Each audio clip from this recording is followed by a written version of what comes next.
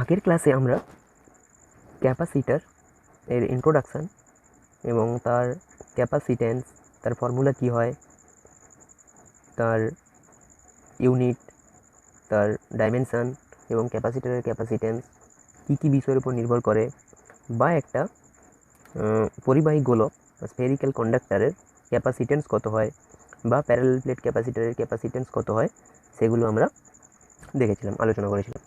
আজকে আমরা ক্যাপাসিটারেরই আরেকটা অন্য একটা প্রবলেম, যে স্থির তড়িৎ ক্ষেত্রে প্রতি একক আয়তনে একটা ক্যাপাসিটারের মধ্যে কত শক্তি সঞ্চিত হয়। আচ্ছা, এখানে স্থির তড়িৎ ক্ষেত্রের ব্যাপারটা কি, তার মানে এটা পরে আসছে যে ক্যাপাসিটারের মধ্যে একটা নিশ্চয়ই স্থির তড়িৎ ক্ষেত্র আছে, সেই তড়িৎ ক্ষেত্রের মধ্যে ইউনিট ভলিউমে আমরা সঞ্চিত শক্তি বা স্টোরড এনার্জি আমরা হিসাব করে দেখব। এটা করার আগে আমাদেরকে জানতে হবে যে একটা প্যারালাল প্লেট ক্যাপাসিটারের মধ্যে স্টোরড এনার্জি কতটা, বা কতটা পোটেনশিয়াল এনার্জি সে স্টোর করে রাখতে পারে, energy stored in a parallel plate capacitor. তো এখানে আমার কাছে একটা ক্যাপাসিটার আছে যার 3টা স্টেজ দেখানো হয়েছে। কি, আমার কাছে যে ক্যাপাসিটারটা আছে তার ক্যাপাসিটেন্স কত, ক্যাপাসিটেন্স বা ধারকত্ব বলতে পারো, ক্যাপাসিটেন্স হচ্ছে কিন্তু ক্যাপিটাল সি। এটা কিন্তু একটা ক্যাপাসিটারের জন্য বাজার থেকে যে ক্যাপাসিটার আনবে তার গায়ে লেখা থাকে ক্যাপাসিটেন্স, ক্যাপাসিটেন্স কিন্তু কনস্ট্যান্ট টার্ম হয়।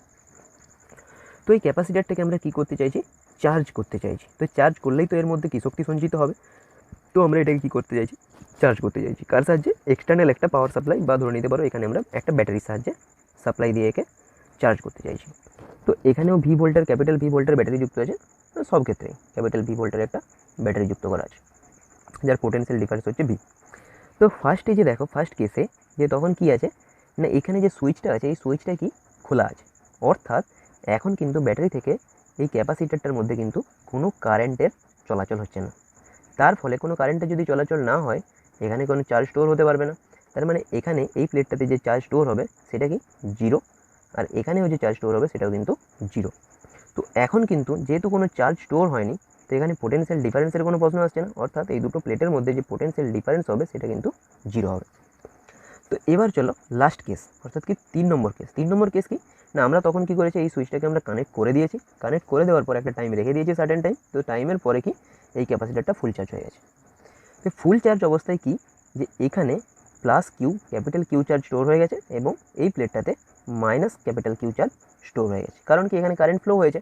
কী করে স্টোর হয়েছে এটা যদি আমরা একটু বলি, যে কি কারেন্ট ফ্লো হয়েছে কোন ডিরেকশানে, পজিটিভ থেকে নেগেটিভ ডিরেকশানে কারেন্ট ফ্লো হয়েছে, অর্থাৎ কি ইলেকট্রন নেগেটিভ থেকে ক্যাপাসিটারের মধ্যে দিয়ে পজিটিভ ডিরেকশানে ফ্লো হয়েছে। ধরতে পারি যে চার্জ কী করে স্টোর হলো, যে এখান থেকে যে পজিটিভ প্লেটটা, এখানে কি ধনাত্মক আধান আছে, তো ধনাত্মক আধান কী করে এলো, কারণ কি এখান থেকে ইলেকট্রন ব্যাটারিতে চলে গেছে কিছু সংখ্যক ইলেকট্রন, আর এখানে ব্যাটারি থেকে ঠিক তত সংখ্যক ইলেকট্রন এই প্লেটটাতে চলে এসেছে, যার জন্য এই প্লেটটা নেগেটিভলি চার্জড হয়ে গেছে। সেজন্য এখানে নেগেটিভ কিউ চার্জ, এখানে পজিটিভ কিউ চার্জ, দুটো প্লেটেই কিন্তু চার্জের যে সংখ্যা অর্থাৎ চার্জের যে পরিমাণ সেটা কিন্তু সেম হবে। এখানেও প্লাস কিউ আর ওখানে মাইনাস কিউ, বা আমরা বলতে পারি যে ক্যাপাসিটারটা কিউ চার্জে চার্জ হয়ে গেছে। এটা কিন্তু কোন কেস, ফুল চার্জের কেস, ফুল চার্জ, আর এটা নো চার্জ। আচ্ছা, তো এই জিনিসটাকে আমরা আরেকটু অন্যরকমভাবেও বলতে পারি, যে যখন ব্যাটারিটা ফুল চার্জ হয়েছে তখন কিন্তু এর যে পোটেনশিয়াল ডিফারেন্স, অর্থাৎ ব্যাটারি ক্যাপাসিটারের দুটো প্লেটের মধ্যে পোটেনশিয়াল ডিফারেন্স কিন্তু ব্যাটারির পোটেনশিয়াল ডিফারেন্সের সঙ্গে ইকুয়াল হয়ে যাবে। অর্থাৎ তুমি যদি ধরো এটা 12 ভোল্টের ব্যাটারি, তো 12 ভোল্টের ব্যাটারি যখন খোলা ছিল তখন কি কোনো চার্জ হচ্ছিল না, যখন জুড়ে দিয়েছি আস্তে আস্তে আস্তে আস্তে কি চার্জ হওয়া শুরু করেছে। যদি তোমরা এটা দেখতে চাও প্র্যাকটিক্যালি, কারণ ক্যাপাসিটার তো খুব কম সময়ের মধ্যে চার্জ হয়ে যাবে, 1 সেকেন্ড বা কয়েক মিলি সেকেন্ডের মধ্যে চার্জ হয়ে যায়। তো যদি স্লো মোশনে দেখি, দেখতে পাবো যে কোনো একটা সময় 1 ভোল্ট, 2 ভোল্ট, 3 ভোল্ট, 4 ভোল্ট এরকম করে করে 12 ভোল্ট যতক্ষণ না হয়ে যাচ্ছে ততক্ষণ অবধি কিন্তু ক্যাপাসিটারটা চার্জ হতে থাকবে। অর্থাৎ এক্সটার্নাল ব্যাটারির যে পোটেনশিয়াল ডিফারেন্স, সেই পোটেনশিয়াল ডিফারেন্সের সঙ্গে সমান হয়ে যাবে। তো এখানে আমরা বলতে পারি যে কি, যে নেগেটিভ প্লেট থেকে কিউ পরিমাণ চার্জ প্লাস কিউ পরিমাণ চার্জ পজিটিভ প্লেটে ট্রান্সফার হয়ে গেছে। সেই জন্যই তো পজিটিভ প্লেটে প্লাস কিউ চার্জ এবং নেগেটিভ প্লেটে মাইনাস কিউ চার্জ হয়ে গেছে। তো এই কাজটা কে করলো, এই কাজটা করলো কিন্তু আমাদের এক্সটার্নাল এজেন্ট, যে কিন্তু একটা ব্যাটারি। তো ব্যাটারি যখন লাগানো ছিল না তখন কিন্তু নেগেটিভ প্লেট থেকে কিন্তু কোনো চার্জ কিন্তু পজিটিভ প্লেটে ট্রান্সফার হয়নি, বা কোনো প্লেট থেকে চার্জ ট্রান্সফার হয়নি। তো ব্যাটারি লাগিয়ে দেওয়ার পর কী হয়েছে, নেগেটিভ প্লেট থেকে পজিটিভ প্লেটে প্লাস কিউ পরিমাণ চার্জ ট্রান্সফার হয়ে গেছে। তো এটার জন্য ব্যাটারিকে কিছু না কিছু একটা কার্য করতে হয়েছে, এক্সটার্নাল ব্যাটারিকে। সেই কার্যটাই কিন্তু এই প্যারালাল প্লেট ক্যাপাসিটরটার মধ্যে স্টোরড এনার্জি হিসাবে থেকে গেছে। তো এই ক্ষেত্রে তো আমরা হিসাব করতে পারি যে স্টোরড যে এনার্জিটা, অর্থাৎ সেটা অবভিয়াসলি ওয়ার্ক ডানের সঙ্গে ইকুয়াল হবে। সেই ওয়ার্ক ডানটা কি আমরা জানি, একটা ফর্মুলা আছে W equals to q into v. এই ফর্মুলা দিয়ে তো আমরা বের করতে পারি। কিন্তু এই ক্ষেত্রে এই ফর্মুলাটা ব্যবহার করা যাবে না। তার কারণ কি, যে এখানে যে পোটেনশিয়াল ডিফারেন্স যেটা, অর্থাৎ প্লেট দুটোর মধ্যে যে পোটেনশিয়াল ডিফারেন্স, সেটা কিন্তু কনস্ট্যান্ট নয়। এখানে কিন্তু কনস্ট্যান্ট হয়ে গেছে, ব্যাটারির সঙ্গে এটা সেম হয়ে গেছে, কিন্তু এটা কিন্তু কনস্ট্যান্ট টার্ম নয়। যদি তুমি প্রথম থেকে লক্ষ্য করো যে যখন পোটেনশিয়াল ডিফারেন্স 0 ছিল, তারপর 1 ভোল্ট 2 ভোল্ট 3 ভোল্ট করে করে করে করেই তো ভি ভোল্ট অবধি পৌঁছেছে। অর্থাৎ এর যে পোটেনশিয়াল ডিফারেন্সটা সেটা কিন্তু কনস্ট্যান্ট নয়। অর্থাৎ আমরা এই ফর্মুলাটা আমরা ইউজ করতে পারবো না। এক্ষেত্রে আমরা কী করতে পারি, ইন্টিগ্রেশনের সাহায্য নিতে পারি। কীরকম, যে আমরা একটা ইন্টারমিডিয়েট স্টেজ, যেটা কি কেস 2 বা স্টেজ নাম্বার 2 ধরতে পারি, যেখানে আমরা ধরছি যে মিডিলের কোনো একটা স্টেজে ব্যাটারি কী করেছে, নেগেটিভ প্লেট থেকে পজিটিভ প্লেটে কিউ পরিমাণ চার্জ ট্রান্সফার করে দিয়েছে, স্মল কিউ পরিমাণ চার্জ ট্রান্সফার করে দিয়েছে। সেজন্য এখানে প্লাস কিউ স্মল কিউ এবং এখানে minus small q charge store হয়ে গেছে। তো এখন এই প্লেট দুটোর মধ্যে যে পোটেনশিয়াল ডিফারেন্স, সেটা ধরে নিচ্ছি ব্যাটারির সঙ্গে অবভিয়াসলি সমান হবে না, কারণ ব্যাটারি এখন ফুল, মানে ক্যাপাসিটার এখনো ফুল চার্জ হয়নি। এটা ধরে নিচ্ছি স্মল ভি, যেটা হচ্ছে লেস দ্যান ক্যাপিটাল ভি, কারণ ক্যাপাসিটার এখনো ফুল চার্জ হয়নি। তো এখন যদি এক্সটার্নাল এজেন্ট অর্থাৎ ব্যাটারি যদি এখান থেকে ইলেকট্রনকে বের করে আনতে চায় বা এখান থেকে নেগেটিভ প্লেটে ইলেকট্রনকে পাঠাতে চায়, তাহলে কিন্তু তাকে কিছু না কিছু একটা বাধা পেতে হবে। কেন কি, কারণ এখানে অলরেডি ইলেকট্রনের ঘাটতি আছে, তো এখান থেকে আরও ইলেকট্রন বের করতে গেলে ওকে বাধা পেতে হবে। বা এখানে নেগেটিভ চার্জ অর্থাৎ ইলেকট্রন প্রথম থেকেই বেশি পরিমাণে আছে, তো এখানে যদি আরও ইলেকট্রন ওকে পৌঁছাতে হয়, তাহলে কি একটা রিপালসান ফোর্সের সম্মুখীন হতে হবে, রিকলশন বলের সম্মুখীন হতে হবে। তো অর্থাৎ বলতে পারি যে এক্সটার্নাল এজেন্ট অর্থাৎ ব্যাটারিকে কিছু না কিছু কার্য করতে হবে। সেজন্য আমরা কি ধরে নিচ্ছি যে ব্যাটারি কোনো একটা সময়ে ডিটি টাইম, যেটা হচ্ছে খুব ক্ষুদ্র একটা টাইমে কি করেছে, ক্যাপাসিটারের মধ্যে ডিকিউ পরিমাণ চার্জ, এই ডিকিউটা কি খুব ক্ষুদ্র একটা চার্জ, যেটাকে তুমি যত ক্ষুদ্র ভাবতে পারো, তুমি অ্যাজিউম যত ক্ষুদ্র করতে পারো, তত পরিমাণে একটা চার্জ কী করেছে ব্যাটারির মধ্যে স্টোর করেছে। বা যেরকম বলছিলাম সেরকমভাবে যদি বলি যে নেগেটিভ প্লেট থেকে পজিটিভ প্লেটে ডিকিউ পরিমাণ চার্জ পৌঁছে দিয়েছে। তো এই ডিকিউ পরিমাণ চার্জ পৌঁছানোর জন্য এক্সটার্নাল এজেন্টকে কিছু না কিছু কার্য করতে হয়েছে। খুব ক্ষুদ্র সময়ে খুব ক্ষুদ্র পরিমাণ চার্জ পৌঁছানোর জন্য খুব ক্ষুদ্র একটা কার্য করেছে। অর্থাৎ এখানে যে ওয়ার্ক ডানটা হয়েছে, সেই ওয়ার্ক ডানটা কত, ওয়ার্ক ডান ডিডব্লিউ, ক্ষুদ্র একটা কার্য। সেটা কি, সেটা হচ্ছে এখান থেকে যদি আমরা ইকুয়েশনকে বানাই d q into v, small v. আচ্ছা, এখানে একটা কোশ্চেন আসতে পারে যে এই ফর্মুলাটা কোথা থেকে এলো। আমরা জানি যে ক্লাস 10 বা 11 পড়েছি, 11 মেবি ছিল না, 12 পড়েছি, যে potential difference V equals to work done per unit charge. অসীম দূরত্ব থেকে কোনো একটা ইউনিট চার্জকে কোনো তড়িৎ ক্ষেত্রের মধ্যে আনতে যে পরিমাণ কার্য করতে হতো, সেটাই হচ্ছে আমার পোটেনশিয়াল। এটা আমরা কিন্তু পড়ে এসেছি, তো সেখান থেকেই ফর্মুলাটা এসছে। তো ডিডব্লিউ অতি ক্ষুদ্র কার্য, যেটা হচ্ছে কি ডিকিউ ইন্টু ভি। এখন যদি আমরা টোটাল ওয়ার্ক ডান হিসাব করতে চাই, এটা তো খুব ক্ষুদ্র চার্জ পৌঁছানোর জন্য খুব ক্ষুদ্র একটা কার্য। ডাব্লিউ কী করে পাবো না, ডিডব্লিউ এর ইন্টিগ্রেশন করবো, equals to integration over V D Q. লিমিটটা কী হবে, লিমিটটা হবে চার্জ যখন 0 ছিল, 0 থেকে ফুল চার্জ অবস্থায় চার্জ কত, প্লাস কিউ চার্জ। তো এখানে লিমিটটা বসাবো কি, লিমিটটা বসাবো 0 টু কিউ। এখানে দেখো একটা জিনিস, যে ভি অর্থাৎ প্লেট দুটোর মধ্যে যে পোটেনশিয়াল ডিফারেন্স যেটা ছিল, প্লেট দুটোর মধ্যে যেটা পোটেনশিয়াল ডিফারেন্স ছিল, সেই ভিটা কিন্তু এখানে কনস্ট্যান্ট নয়। এখানে ডিকিউ এর সাপেক্ষে ইন্টিগ্রেশন হচ্ছে, তার মানে এটা মনে হতে পারে যে এটা কনস্ট্যান্ট, এটাকে আমরা বাইরে বের করে দেবো। কিন্তু না, আমরা ক্যাপাসিটেন্স সম্বন্ধে একটা ফর্মুলা আমরা আগেই দেখেছি, যে ক্যাপাসিটেন্স বা ক্যাপাসিটরের ক্যাপাসিটি, সেটা কি হয়, Q by V, charge upon potential difference.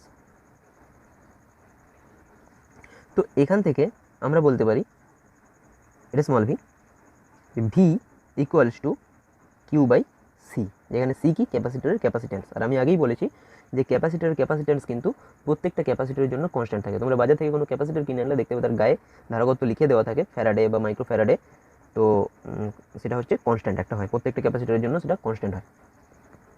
আচ্ছা, তো এখানে আমরা এটা বসাবো integration 0 to q small q by c d q. তো এটা তো কনস্ট্যান্ট টার্ম হয়ে গেল, এটাকে আমরা বাইরে বের করে দিতে পারি, integration over 0 to q q d q. তো এটা ইন্টিগ্রেশন করলে হয় 1/c Q square by 2, limit যেটা ছিল 0 টু কিউ, ডাব্লিউ equals to Q square by 2 যেমন ছিল সি। এটাই হয়ে গেল আমাদের টোটাল ওয়ার্ক ডান। এই ওয়ার্ক ডানটা করেছে আমাদের এক্সটার্নাল এজেন্ট, আর সেই জন্যই এই পরিমাণ কার্যটাই স্টোরড হয়ে যাবে কিন্তু আমাদের ক্যাপাসিটরের মধ্যে। তো এখন আমরা চলে এসেছি যে স্থির তড়িৎ ক্ষেত্রে প্রতি একক আয়তনে সঞ্চিত শক্তি কী আছে, energy per unit volume in a electric field. এখানে কিন্তু ক্যাপাসিটর বলে কিছু বলা নেই, তার মানে কি যে এখানে কিন্তু বলা নেই যে ইনে ক্যাপাসিটার বা ইনে প্যারালাল প্লেট ক্যাপাসিটার, তার মানে ইলেকট্রিক ফিল্ডের মধ্যে এনার্জি আছে, সেই এনার্জিটা ইউনিট ভলিউম এর মধ্যে কত স্টোর হয় সেটা হিসাব করতে। যেমন ক্যাপাসিটারের মধ্যে যখন আমার কাছে একটা ক্যাপাসিটার আছে, এই ক্যাপাসিটারটা এটা প্যারালাল প্লেট ক্যাপাসিটার, এই ক্যাপাসিটার যে দুটো প্লেট আছে, এই প্লেট দুটোর যে এরিয়া এ, এটারও এরিয়া এ, এটারও এরিয়া এ, প্লেট দুটোর মধ্যে যে সেপারেশন অর্থাৎ যে ডিস্টেন্স সেটা কি ডি, স্মল ডি। এবং এটাকে যদি আমরা ব্যাটারি দ্বারা চার্জ করি ফুল চার্জ অবস্থায়, যে এর মধ্যে যে সারফেস চার্জ ডেন্সিটি যদি এই প্লেটটাতে প্লাস কিউ চার্জ স্টোর হয় এবং এখানে মাইনাস কিউ চার্জ স্টোর হয়, বা তোমরা বলতে পারো যে ক্যাপাসিটারের মধ্যে কিউ চার্জ স্টোরড অবস্থায় যে দুটো প্লেটের যে সারফেস চার্জ ডেন্সিটি সেটা কিন্তু সিগমা, কি সারফেস চার্জ ডেন্সিটি, বা এটাকে বাংলায় বলে তলমাত্রিক, আধানের তলমাত্রিক ঘনত্ব, charge density, surface charge density সেটা হচ্ছে সিগমা। আর এই ক্যাপাসিটারটার ক্যাপাসিটেন্স কত, ক্যাপাসিটেন্স হচ্ছে C, capital C, capacitance C. আর তো বলে দিয়েছি এটার এরিয়া হচ্ছে ক্যাপিটাল এ, আর এদের মধ্যে সেপারেশন হচ্ছে স্মল ডি। তো এখন যদি আমরা দেখি যে দেখতে পাবো যে এর মধ্যে কি প্লাস কিউ চার্জ স্টোরড আছে, এখানে মাইনাস কিউ চার্জ স্টোরড আছে। তো এখানে যে ইলেকট্রিক ফিল্ড তৈরি হয় সেই ইলেকট্রিক ফিল্ডটা কি পজিটিভ ডিরেকশান টু নেগেটিভ ডিরেকশানের দিকে একটা ইলেকট্রিক ফিল্ড তৈরি হবে, ইলেকট্রিক ফিল্ড তৈরি হবে। তো এই ইলেকট্রিক ফিল্ডের মধ্যে আমরা যদি কোনো একটা কিউব যদি একটা কল্পনা করি, একটা কিউব মানে 1 মিটার কিউব যদি একটা কোনো আয়তন কল্পনা করি, সেই কিউবটার মধ্যে যে পরিমাণ এনার্জি স্টোরড হয় সেটাই হচ্ছে আমাদের বের করতে হবে, বা সেটাই আমাদের আজকে ক্যালকুলেট করতে হবে। তো সেই জন্য এখানে বলা হচ্ছে যে in a electric field, electric ফিল্ডের মধ্যে যদি কোনো আমরা একটা কিউব কল্পনা করি, সেই কিউবের মধ্যে কিন্তু এনার্জি স্টোর হয়, সেই এনার্জিটাই এখানে আমরা ক্যালকুলেট করব।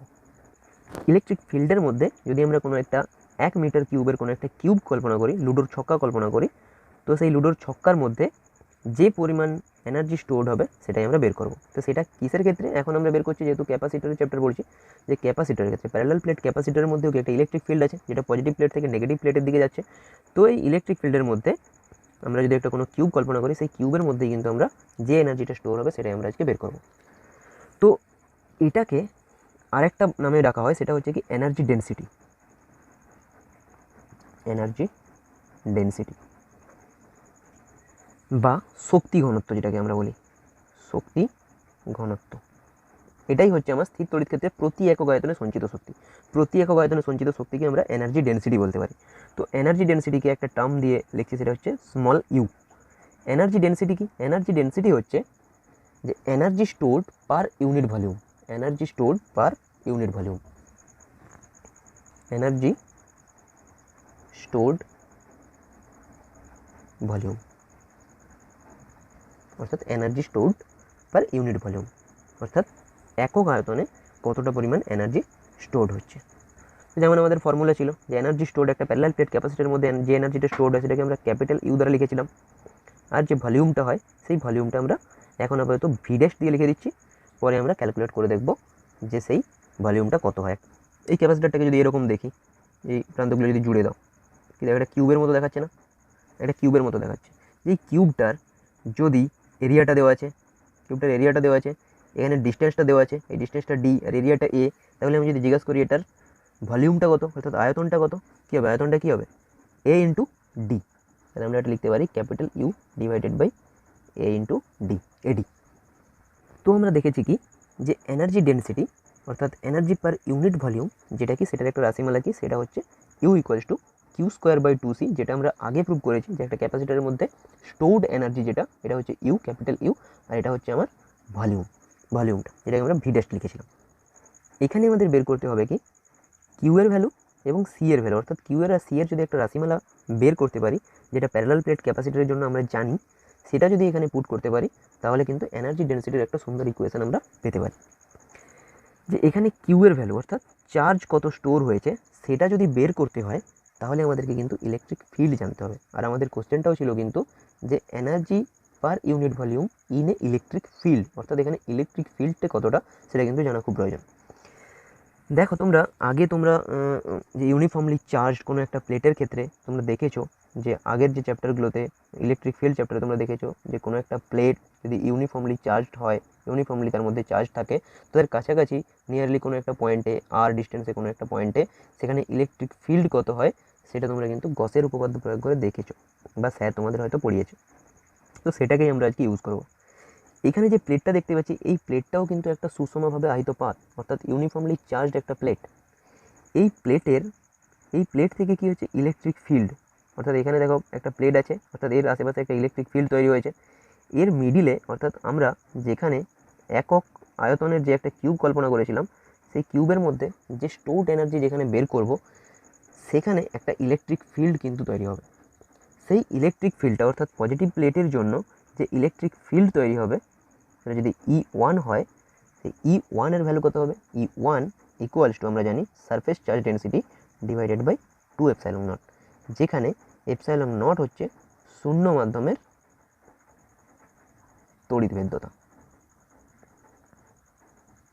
এটা তোমরা জানো। যে ডিরেকশন কী হবে, ডিরেকশন এটা যদি স্মল এ পাথ হয়, এটা যদি স্মল বি পাথ হয়, তাহলে ডিরেকশন হবে এ টু বি।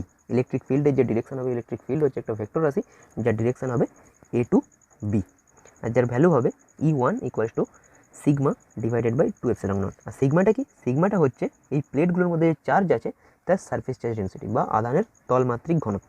পরে আসছে যে বি পাথ, অর্থাৎ এটা তো এ পাথের জন্য, এ পাথের জন্য যে ইলেকট্রিক ফিল্ড তৈরি হচ্ছে ভেতরে, বি পাথের জন্যও কিন্তু একটা ইলেকট্রিক ফিল্ড তৈরি হবে, কারণ এটাও কিন্তু সুষমভাবে আহিত একটা পাথ।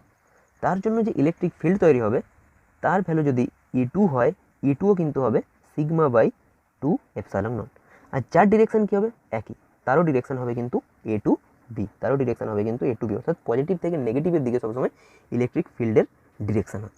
অর্থাৎ এখানে ক্যাপাসিটরটার মধ্যে যে total electric field positive to negative plate, সেটা যদি ই হয়, ই ইকুয়ালস টু আমরা বলতে পারি E1 প্লাস E2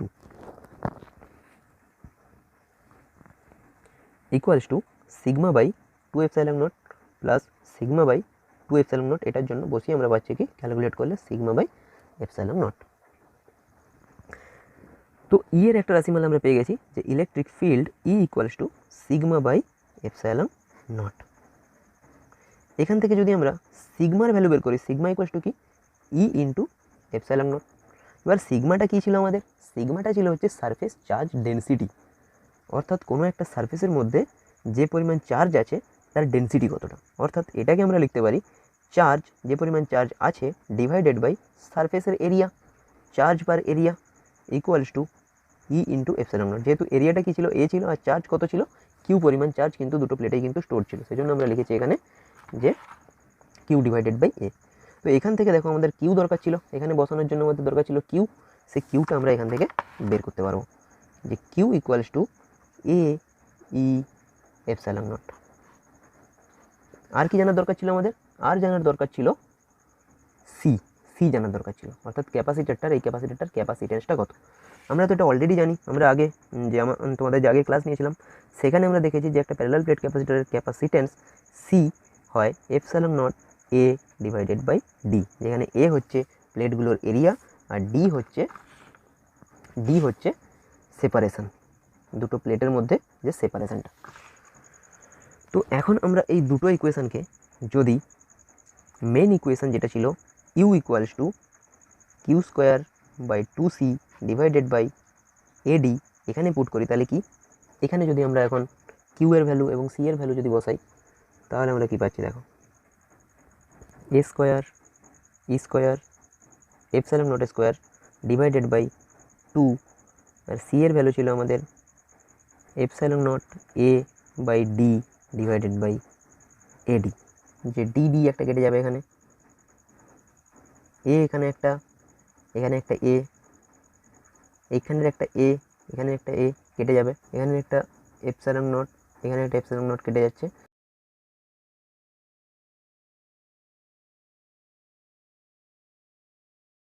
তো এখান থেকে আমরা ইউ ইকুয়ালস টু যেটা পাচ্ছি সেটা হচ্ছে half epsilon not E square. এটাই হচ্ছে আমাদের এনার্জি ডেন্সিটি।